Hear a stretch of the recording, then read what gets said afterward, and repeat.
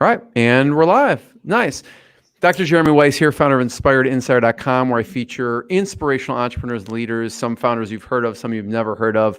I'm excited to introduce one of my favorite people and businesswomen I know, and business people I know in general, Andrea Heuston of Artitudes Design. Before I do, there's a couple of past episodes, Andrea, I always like to point out, Baby Einstein founder Julie Clark grew her company to $20 million with 5 employees, sold to Disney. But the most impressive part was she beat cancer twice. And that was amazing, her journey on that. Tara Bosch from Smart Suites. Thanks, John Rulin, for the introduction. Tara, at a very young age, I don't know how old she was, Andrea, but she created, Smart Suites, which basically is to eliminate processed sugar. And she is a healthy gummy bear or a healthy Swedish fish. At a young age, she went to disrupt the candy industry, raised $3.6 million, and got her business off the ground. Is in more than, at the time, this was a while ago, 10,000 stores. She was in Target, Whole Foods at a young age. So if you think you can't do something, I like to feature top women entrepreneurs in general. And this brings me to Andrea and what she does. But if you haven't checked out, this episode is brought to you by Rise 25, which I co-founded with John Corcoran, my business partner. And we help businesses connect to their dream 100 people, their best referral partners, their best relationships, and give to them through bringing them on a podcast. So we help businesses launch and run your podcast, and give to your best relationships. Okay. And I won't tell the full story. And I think, Andrea, you already know this, but it was really inspired by my grandfather, who was a Holocaust survivor, and his legacy lives on because an interview was done by the Holocaust Foundation. So you can go to InspiredInsider.com, check out the About page. The full interview is there. Anyone can watch it. It really inspires me to do better, to do more, and give. So if you have questions about podcasting, go to Rise 25. Today's guest, really excited to have. It's been long awaited. Andrea Heuston is the host of Lead Like a Woman show, where she features strong women leaders changing the world. They have over 40,000 people on social media sharing their empowering message with other leaders. And you can check out leadlikeawoman.biz. If you're watching the video right now, you can see her webpage right there, empowering women leaders to empower others. And she also founded Artitudes Design. And for over 25 years, they've been creating visual communication for Fortune 500 companies, Microsoft, Starbucks, Expedia, even startups and nonprofits. And they specialize in presentation training, PowerPoint, graphic design, virtual and live events, and much more. You can go to artitudesdesign.com. This is when I'd be quiet, Andrea, and thank you for coming. Awesome, Jeremy. I'm so thrilled to be here. Thank you. This has been a long time coming. We've talked about it before, but I'm just really excited for the conversation today. Me too. And I talk about the front. I mentioned, Julie Clark in particular. There's life-altering events, and there's a crazy journey with entrepreneurs that there are life events that are crazy that overlay into the crazies of business. And you have these 4 life-altering events that have tested your resiliency, which makes you even more amazing if people don't know you. Can you tell people what are those 4 events? Sure, there's at least 4, but we'll go with 4 right now. Yeah, we'll go big events. Yeah. Exactly. So I would say the very first one harkens back to when we were trying to start a family, and we went through almost 4 years of infertility treatments, including surgery after surgery for me, many different things that we did to try to have kids on our own, and it never happened. So what we did do was we adopted 2 beautiful, handsome, wonderful boys who are brothers, and we got them both at birth through an adoption agency here in Washington State on the eastern side of the state called in Spokane.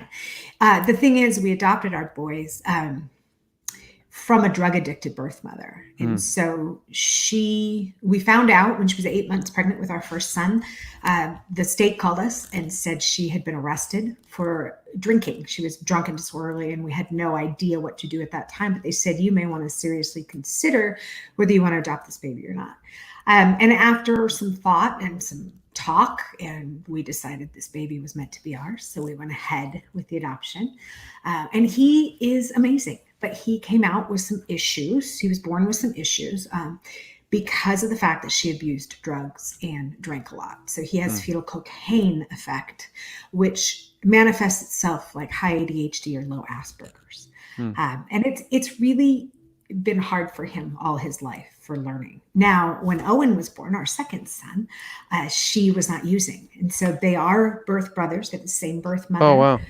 Yeah. So when I used to send her flowers for Aiden's birthday, and so I couldn't get a hold of her, and I could always find her through her grandmother. So I called her grandmother and said, I can't find her again. And she said, just a minute, because she knew I wanted to send her flowers. And I thought she was going to get her address, but she came on the phone. And the birth mother said, hey, Andrea, do you want another baby? And I said, I don't know, maybe. And she said, well, I'm due with a little boy on August 27th. Now, this was a little over 2.5 months away from when I was on the phone with her. And that was our 10th wedding anniversary. So without hanging the phone up and calling Eric, my husband, I said, of course we would. I took it as a sign. And what did he say when he came home, or you talked to him and go, by the way? Well, I said, hey, honey, we're having a baby. He goes, we're what? I didn't think that was possible. I said, nope, we're doing it another way. And he's due in 2.5 months. So he was thrilled. We were both absolutely thrilled. And they are the loves of my life, these boys. They're amazing. In fact, my oldest just graduated from high school last Friday. So it's very exciting. Because, thanks. Education had been super hard for him. It was very difficult. Wow. And then I talked a little bit about the infertility, and we didn't know why I had such infertility problems, but I had some health issues, and it ended up I had to have a hysterectomy, and they noticed I had the worst endometriosis they'd ever seen, the doctor said. So he took pictures of my insides and asked me to sign a model release. So I'm in textbooks nationwide now. It's very exciting. I've always wanted to be. I don't know if that's what people want to be in books for, but I don't think so. No, but in the series of surgeries I had a surgery go wrong. And I was in a coma for 19 days in June, right now, in June of 2008. And that was touch and go. I got something called ARDS. I aspirated on the operating table, it turned to pneumonia. And within a day, it was acute respiratory distress syndrome, which at the time had a 70% fatality rate. It's down to about 50% now, which is great. But they prepared my husband for my death 3 times. It was very intense and it's just in light of everything that's going on in the world right now, a lot of the people who are dying of COVID are dying of ARDS. So it's where your lungs turn to stone and you just absolutely can't get air. You're suffocating in your own body. So that was a huge life-altering event for me. Yeah. It changed everything. It changed everything for me about the way that I parent, the way that I show up, the way that I run a business, the way that I talk to friends. Every single moment is precious because I'm above ground. And it really has stayed with me. And then 6 years ago in August, our house burned down. So real quick, Andrea, I want to point out that for these, if you want to hear like the full story of them, they should go to leadlikeawoman.biz. Check out the podcast. You can see right here, Empowering Women Leaders. She talks about this in depth and obviously more stories from other female leaders. So check those out on the podcast. So anyways, I don't want to interrupt your house burning down. So no, please do. I mean, it was horrifying. Yeah. So it was August of 2014, and I was there with the boys. We have a beach house. It was a beach cabin at the time. And we spent about 3 months there every year. And we had just gone down to spend August there. We spent the whole month plus some. So it was around 5.5 weeks. And we'd only been there 2 days. And it was kind of a beautiful sunny day, but the clouds and the fog were rolling in because we live at the ocean and it gets that way. So I had started a fire in the fireplace with like a Presto log type thing. And within half an hour, or maybe a little longer than that, I heard the loudest noise I've ever heard. It sounded like a jet airplane was landing on my roof. It was a little after 9, so both boys were in bed. And I went, what's that noise? So somebody was driving up my driveway, honking their horn in a pickup truck. And he's like, you have a chimney fire. So I ran inside and I dumped a coffee pot full of water on the fire and another coffee pot full. And then I walked outside to the deck and I looked up and it was just smoke. So it was fine. All was good. Came back in the house and tried to get a hold of my husband because he was playing cards with his friends and I couldn't get a hold of him. He wouldn't answer the phone. So I called, he was at our best friend's house and I called my friend and I said, I need Eric to call me. I think I just had a chimney fire. So he called me back and he goes, I need you to go look again. So with him on the phone, I walked out to the back deck and saw nothing. I walked down because it's 3 stories up. So I walked down the driveway and looked up, nothing. And I thought, all right, I'll just walk out the path a little ways. So I walked out the path to the beach and I looked up and there was a patch of fire about this big, maybe bigger, on the roof in the cedar shake shingles. Wow. And I said, oh, Eric, we have a fire. Gotta go. So I hung up on him and I called 911. And while I'm on the phone with 911, I'm running up the stairs to get the kids out of bed. And I grab a bag, which I thought was my tennis shoes because I knew I needed shoes. I was in my pajamas. I had flip-flops on. We were all ready for bed. And I grabbed a bag that I thought was my shoes, and we ran outside, and my oldest son came out wearing a zip-up fleece, flip-flops, and underwear. So I was like, we're going back in the house. So to this day, he says I scarred him, but I went back with him in the house so he could get some clothes. And then we went outside and just waited. Now, the bag that I had grabbed wasn't tennis shoes. I was lucky it was my laptop from work because they were both in little cinch bags, and I just grabbed the wrong one, which turned out to be the right one. But it was a pretty intense time. I made the call to 911, but they didn't realize that I was there for some reason. It's just the 911 operators to the fire department, to the police department. So we stood across the street in the neighbor's driveway and watched the house burn for almost 2 hours before the police realized we were there. I had no purse. I had no shoes. I had no car keys. And my car, I had the presence of mind, and I don't know when or how to move the car to the neighbor's driveway because I had a convertible I loved. And I remember thinking, I got to save the car. Boys, stay right here. But I had put everything in the trunk of the car. So I'd locked my keys in the car too. So I had no way to get out, but it was a 5-alarm fire and they blocked off the entire road. So I couldn't have gotten out if I tried. So about 2 hours in, a police truck drives up and he goes, are you the homeowner? Yeah, we're the homeowners. We're standing here in the cold, crying our eyes out. And he went, oh my God, we didn't know you were here. Get in the back of my car. So they drove us to a local hotel where the hotel gave us a night free until I could figure out my money situation. My husband drove down and made it there about midnight that night from his poker game. And by the next morning, we had friends converge on us who had heard about the fire, bringing us toothbrushes and underwear and clothes and food and anything we needed, even though it was 2.5 hours away from our family and friends. So that was a pretty big event. It took good a year thing to he rebuild. said go check again, because then you would have been in the house as opposed to watching it burn from the outside. Yep. Well, and the interesting thing, the sad thing. So like I said, it's a 3-story house, and the top story burned down and the roof fell in on the kids' bunk beds where they were sleeping. It was very, very scary. We lost everything in the house. What we didn't lose to fire, we lost to smoke and water. Wow. So we rebuilt from the ground up, and now it's a house. Before it was a cabin, a beach cabin. Now it's a beach house. And we have the best insurance in the country. So USAA saved us and literally pulled our butts out of the fire. Yeah. And then Intense. if that wasn't enough, there's one more life-altering event.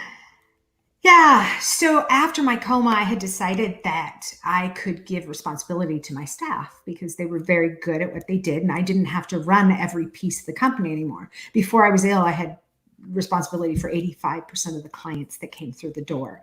So I divided it up. I was the strategic person, sales, and the director of culture. But we had an employee who started when I was ill, actually, who became our senior project manager and one of our project managers, and he was freaking amazing. He was great with our clients, but by the time he left, he owned 85% of the relationships, and he died quite suddenly. So He was 42 years old, and he died of colon cancer, leaving 3 kids, all under the age of 10. And he was my neighbor for 12 years. He worked for me for 9 years, and we'd known each other for 15, and we were good friends. And it just cut me off at the knees.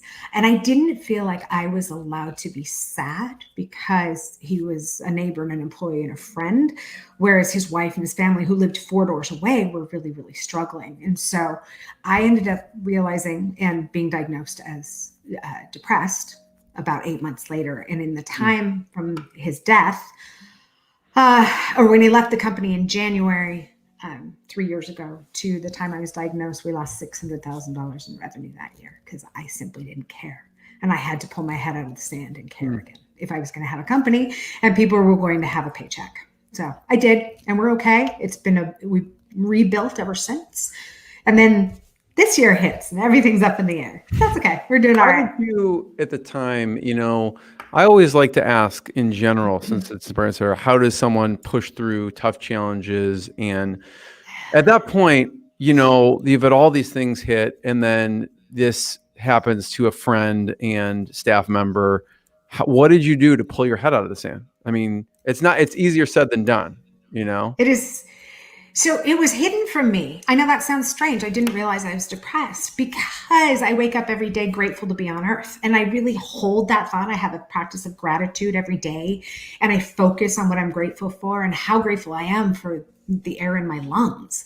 So not only did I not feel like I was allowed to be sad, but I also felt like, no, I'm not sad. I'm not sad. I'm sad that he passed away, but I'm fine. Things are okay.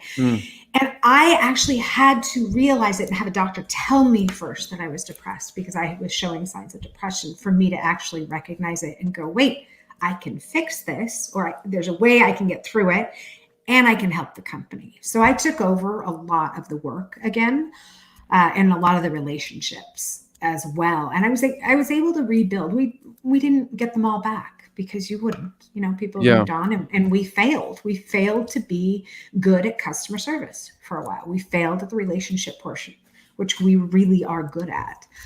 So it's been a build. It's been rebuilding step by step by step and brick by brick. And that's difficult for me because I'm not very patient. I like things to move fast. I like results. So this brick by brick stuff is not fun, but we've been doing well and we're doing better now. I want to talk about virtual events, because in this shift of this environment we're in, and whenever someone's listening, there's always going to be some kind of crisis going on. It doesn't matter, right? But there's specifically virtual events and St. Michelle Wine Estates. You want to talk a little bit about that? Sure. Oh, I adore this client. I really actually love all my clients. I'll say that, but this is one of my favorites. I have kept St. Michelle Wine Estates as my own personal client instead of passing it off to one of my project managers because I enjoy working with them so much. They're a lot of fun and it's very creative. So they came to us. We do a lot of their event work and we have for about 7 years now. And they came to us and they wanted us to produce a show internally for June 24th with all their internal people, which means on 3 different continents with lots of different stakeholders. And I said, it's not going to happen. I said, we can give you a plan for an on-site event, but I think you need a backup as a virtual event. And over a few days of talking, we finally got them to realize it needed to be virtual. And what we did is instead of rolling out all of their new content and they're kind of closing the book on the last 50 years and going forward now for what's in the future, we are creating a series of videos that is almost like a Netflix series or TV series that will release over 3 seasons, but it's only going to be through 6 to 7 weeks of time where they'll see a new video or a new episode almost daily for a few weeks. And so we punted to create this content that now can be evergreen, now can be stored, now can be used when people come into the company or when they're doing advertising or anything else. So you get a lot more value out of what you're doing in this case than if we'd had a live event. So we're knee deep in it now. It's fun. This is a great project. What do you think, because oftentimes with these shifts comes opportunity, right? So what do you see as the opportunity that will come out, because they would have never done this otherwise? Right. And by the way, this is the right site I'm looking at. Is this? Yes, it is. Okay, cool. That is Chateau St. Michelle. So St. Michelle Wine Estate is owned by a larger company in the South, but they have wineries and wine partnerships all over the world. And you know what? We've done live events for them for many years, and they're amazing. We have so much fun. Last year, we up-leveled everything for them with a live event, and they loved it. But right now is not the time for that. We will come back to live events, but I don't think they'll be to the same degree. I don't think we'll do as many because virtual events can reach more stakeholders because we are spread apart nationally and internationally. And because we have people perhaps with access issues who couldn't come to a live event, we can now hit bigger audiences, deeper audiences with more content. Sometimes when you have a talking head on a stage, it's impactful, but it's not as impactful as being able to review something over and over again to get it to stick in your head. Yeah. So I think virtual events is where we're going. This is the future of events. And there's a lot of companies who are stepping up to the plate to do it really well. And we are one of them. In fact, I had a call this morning with 4 other companies all over the country about creating a live event package for some of our clients with localization services, with speaker coaching, with all sorts of different bells and whistles that'll bring it all together into a much more impactful event, a much more impactful thing for people to see and ingest. What should I'm excited. people make sure to have in their virtual event? Like, what are some, pieces that are must-haves? It's a very, very good question, Jeremy. Really interaction. So people have online with Zoom, I'm learning that people have about a 12 and a half minute attention span, which is crazy. But they really say it's 25 minutes, but you're going to start losing people around 12 and a half minutes where they're going to go, I'm going to check my email now, or I'm going to do this, or, let me just turn my video off so no one can see me while I eat, that kind of thing, which I understand we have to understand going forward, but you need more interaction. So that comes in the form of rooms where people can go to and have more intimate conversations and then come back to a larger group. A lot of people think that Q&A is the one big thing you should do. I don't actually think so. I think Q&A is important, but it needs to be moderated, and it's best if it's scripted in a case like that, where you can poll people ahead of time and then ask questions. One thing I would say in a virtual event that's really, really good is to pre-record your video. What I have learned is you pre-record in small sections, you give the video out, and then you do an exercise. And then you have live Q&A. So there's still the interactivity. One of the other things we're doing technology drops or swag drops to people who are in the audience so that there can be some interaction. So you get a box full of goodies and you're having this virtual event and the moderator says, okay, you get to open package 1. That's cool. Yeah. And then you can do something with it so it becomes an interactive presentation. The more people do for themselves, obviously it's like writing makes you remember things better, but the more people can do and interact for themselves, the more they will ingest the content.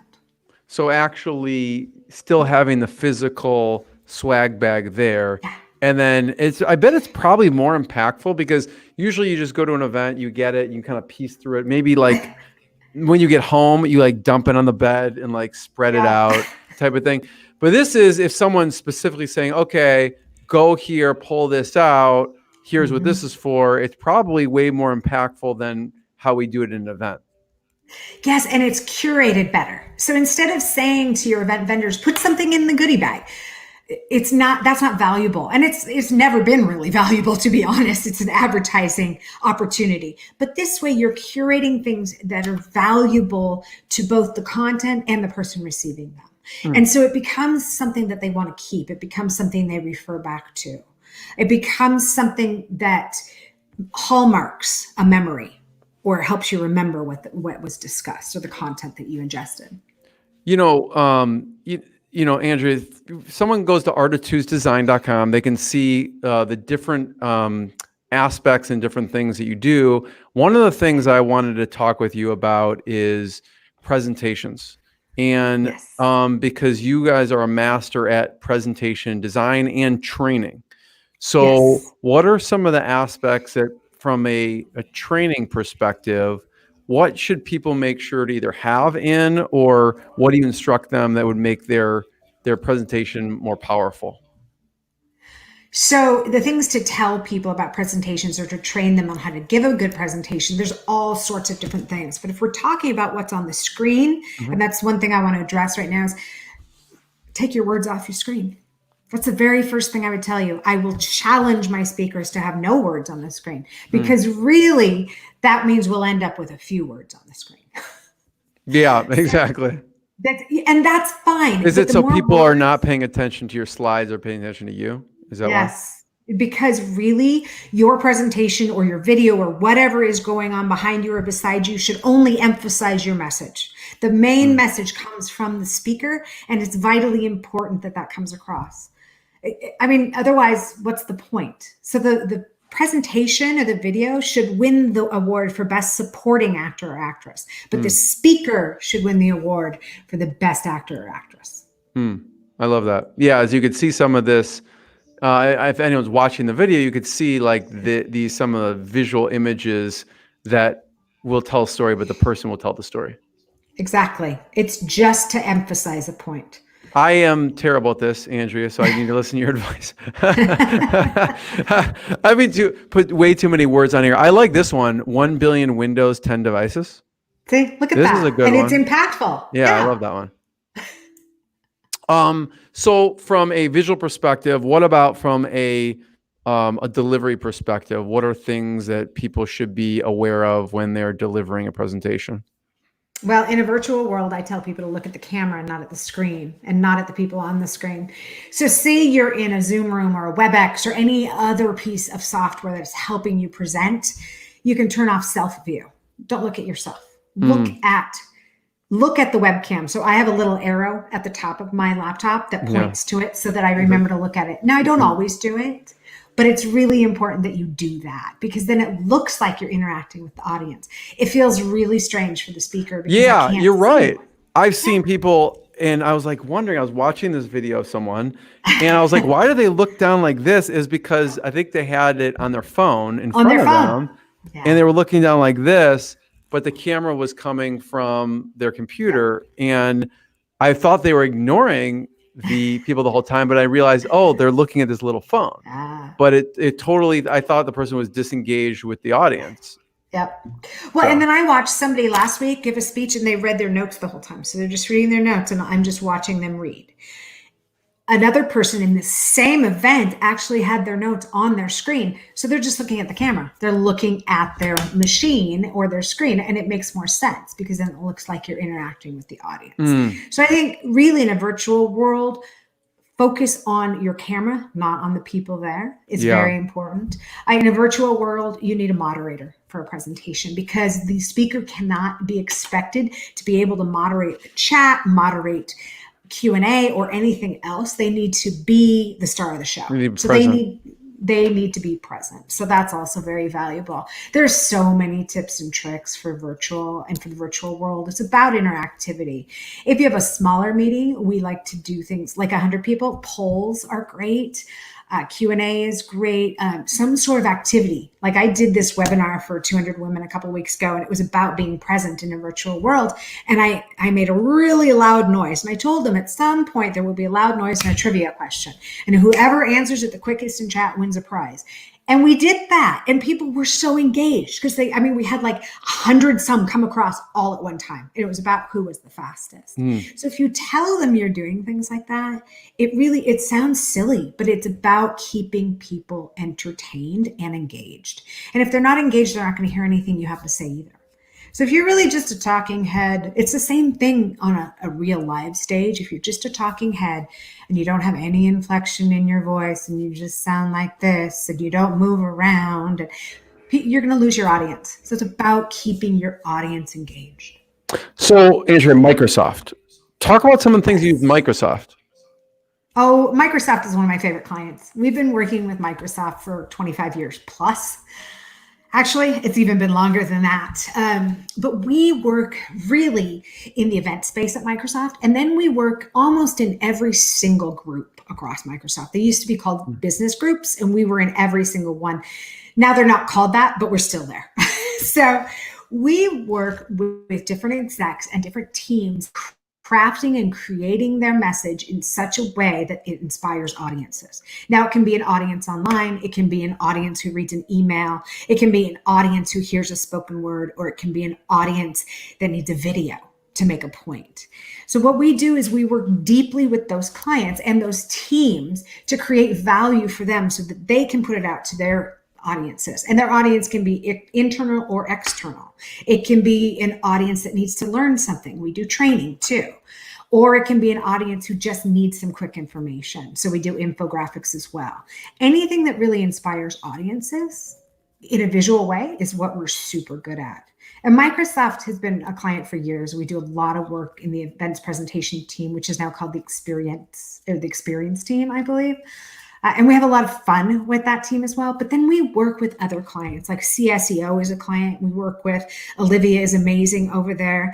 We work with Daphne Elliott and have for years. We work with Kelly Q, and she's a lot of fun. Jade McCracken is one of my favorites. Lee Feldman, we do a lot of work with Lee Feldman, who supports Kurt Del Bene, who's one of my favorite clients as well. They're just fun to work with, and they're different. Andrea, how did you get into this business in the first place? Oh, geez. I mean, we're talking like 25 plus years ago. What got you doing this? Well, we're talking 1988. So that's more than 25 years ago, my friend. I started as an intern at an engineering firm in Kirkland when I was 17 years old. I had just returned from Europe as an exchange student, and I wanted to do something because being bored is not my thing. I like to have my time filled.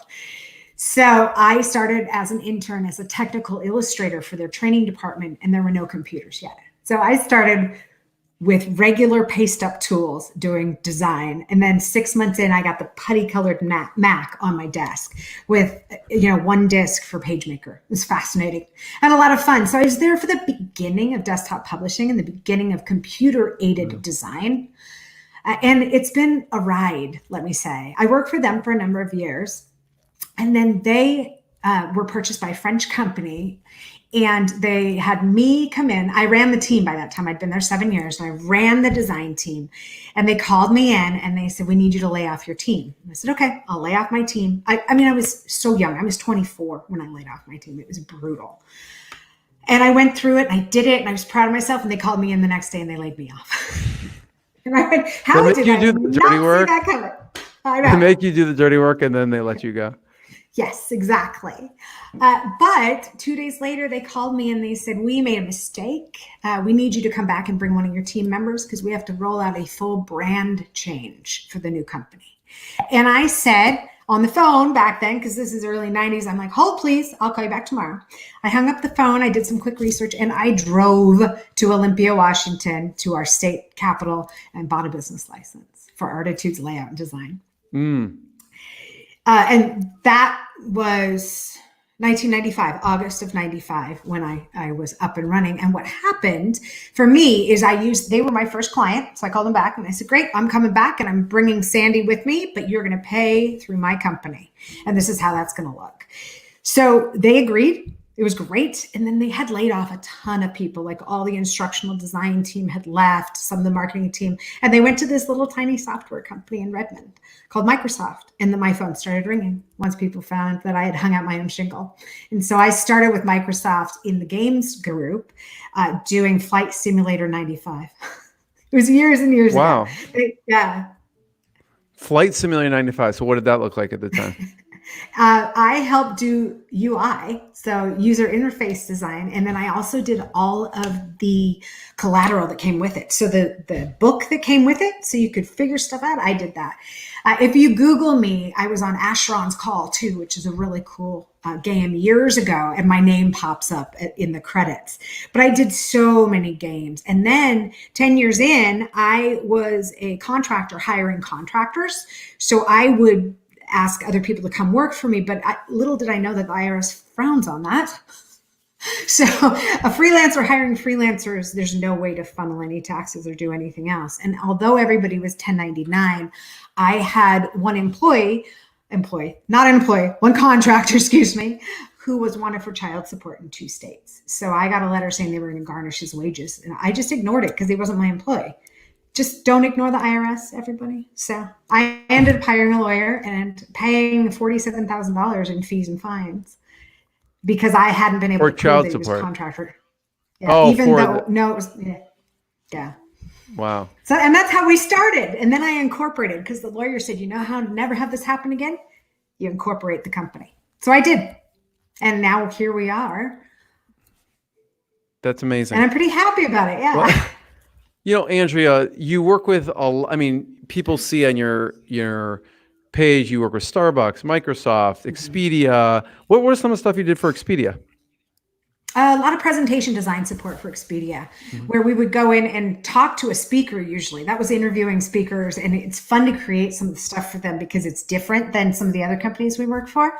So we would interview them and create really cool presentations for them that they can use in their different one-on-ones or different one-on-tens or different one-on-thousands speeches and audiences.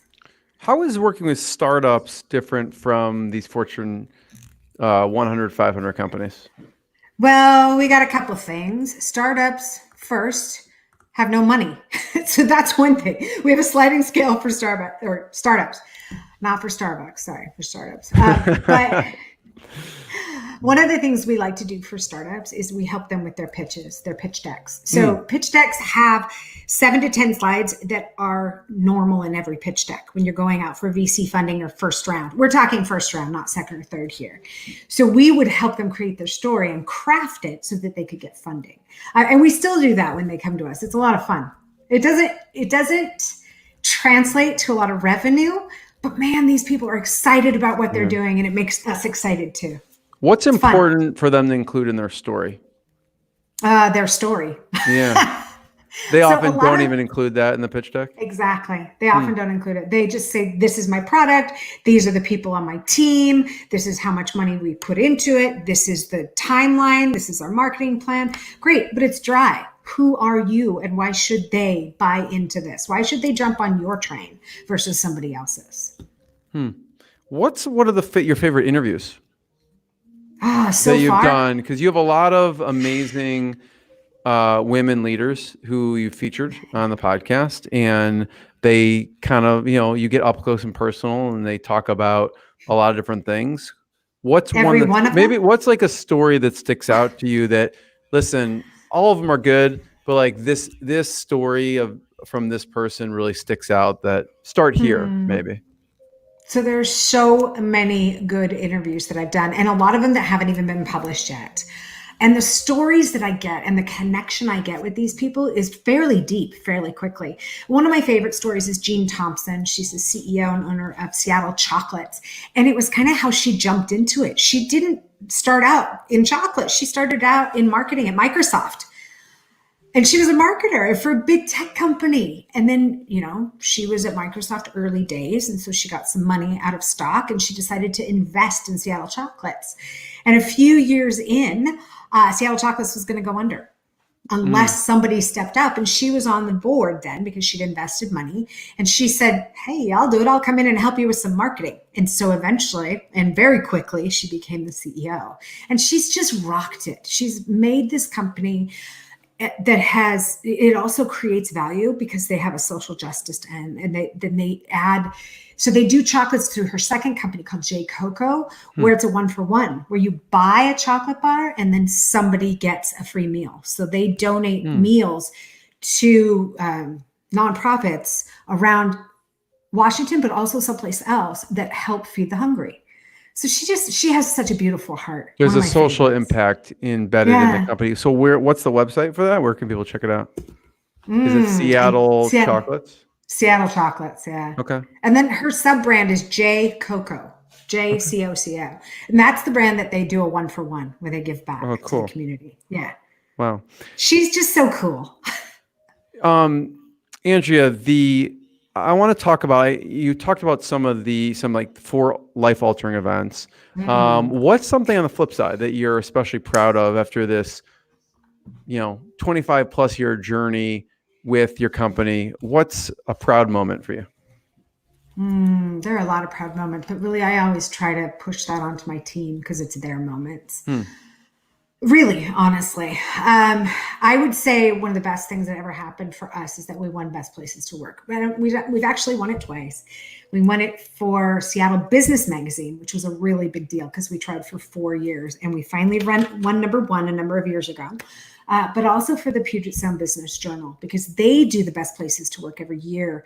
And I want it in and I want it in. And so finally, I can't just say I want in. They're not going to do that. Your team or my employees had to actually answer questions and vote us in. So those are super proud moments for me. The other thing I would say right now is that we're still here, that we're still standing. When we've had a lot of our work has been slashed. We're down over 30% in the live event world, or even more in the live event world, but we're making up for it now in the virtual event. And it's about, the word that I hate right now is pivot, but it's about pivoting and being what our clients need in a way that they didn't know they needed it. What should other companies be doing as far as culture that you do to become a best place to work? Listen to their employees. I got to tell you, it's not the Andrea show. It used to be before I figured out that it couldn't be. I am there to serve. I am with my company to serve the people who work for Artitudes. And what that means, listening. More than anything else, that means listening. So today we talked about, should we go virtual, completely and totally virtual? And absolutely no one had any qualms about it. In fact, they prefer it. Now, I grew up in a time where if they didn't see me working, I wasn't working. So I really have to realize that I have to trust my people.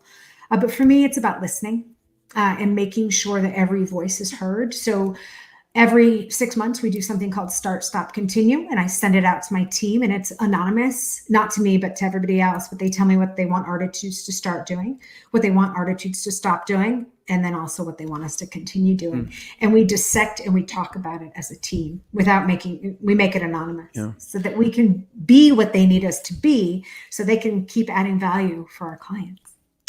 Andrew, I don't know if you'll agree with this statement or not, but I think, I consider women, business leaders, entrepreneurs, any woman like a superwoman, because oftentimes, especially if you have a family and you're balancing, and like I know in our household, like my wife's a superwoman. Like I don't know how she does everything she does because, she takes sometimes the brunt end of the kids' activities and all the stuff that she has to run in addition to her business. So I don't know how she does it. I don't think I could do it.